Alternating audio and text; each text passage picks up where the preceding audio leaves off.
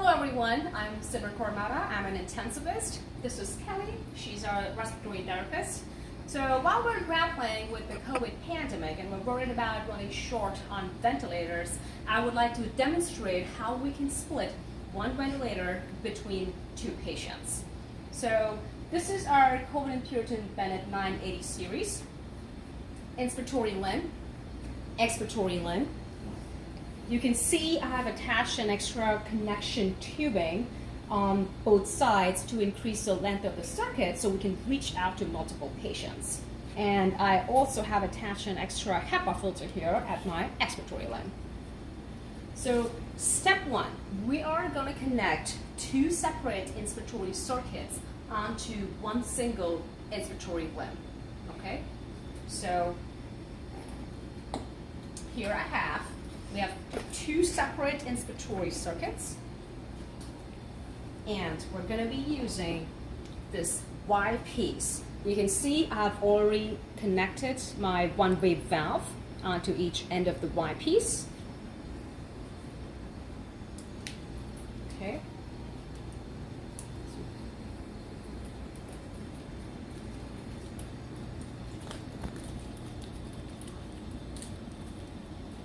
Alright, and this Y piece will then go on to connect to this inspiratory limb. So there we are with two inspiratory circuits connected to one single inspiratory limb. Okay? We're going to repeat this for the expiratory circuits. So again, we're going to take two separate expiratory circuits, and I have my Y piece here, connect each of these to the Y,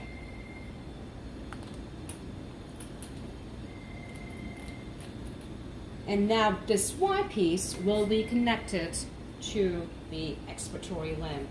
So there we go, two expiratory circuits connected to one single expiratory limb. And each of these Y will then go to the Y tube.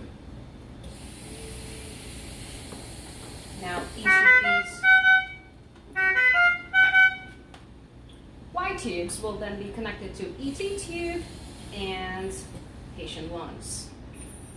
So now here we are with two patients being ventilated through one single ventilator.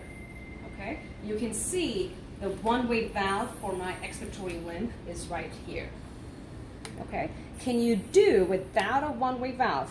So we did that little experiment, and when we took away the one-way valves, we found that there was a backflow from one lung to another. So yes, you do need the one-way valves. In terms of supply, what else do we need? As you know, each circuit comes with its own Y piece. And if you notice, I ended up using two Y pieces per patient for this method. So what you would need to order is one extra Y piece and two one-way valves per patient you intend to connect to the ventilator. Can you do more than two? Can I connect 4 patients to the ventilator? The answer is yes. Okay, you would need a T piece.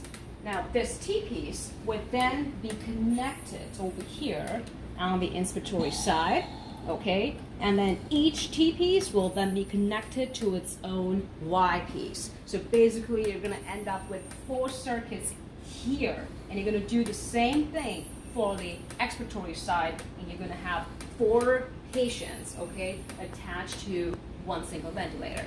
If you don't have a T piece, you can use a Y piece instead.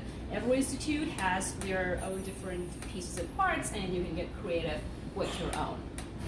So that's about connecting the circuit.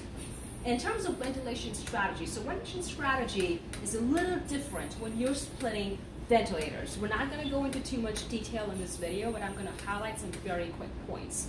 So number one is when you're splitting ventilators, we may have to go back to our not so favorite old-fashioned CMV mode, continuous mandatory ventilation mode. The reason being, you want all the patients that are sharing the ventilator to be passive on the ventilator. For example, if one patient is tachypneic and triggering the vent, it's going to cause all other patients to hyperventilate as well. So let's say they're all patients with severe ARDS and they're paralyzed anyways, then that solves the problem. But if not, you probably want to go up on the trigger threshold on the ventilator. That brings us to the next point, is you may want to group patients with similar disease severity onto one single ventilator. So if I have 3 to 4 patients with severe ARDS, I may want to group them together, attach them to one ventilator, and then have another ventilator set up for the next set of 3 to 4 patients with moderate ARDS. Now, do I have to group them based on their body weight? Perhaps not, unless you're planning to use volume control mode. Now, we love volume control mode for our patients with ARDS, obviously, because it guarantees low tidal volume, low driving pressure can be achieved, and of course, you're going to reduce the rate of filling. However, you can imagine that using volume control when you're splitting ventilators can be very, very challenging because there's no way for you to guarantee any tidal volume for any patient. So you have no control over who's getting how much volume, and also you have no control on who is having how much driving pressure. In fact, a pressure control mode may be more reasonable and doable because it was at least allow you to have control over your airway pressures. Obviously, you're going to make sure you're monitoring driving pressures, and I would have every patient connected to an entitled CO2 monitor to assess the efficacy of ventilation. Thank you so much for watching.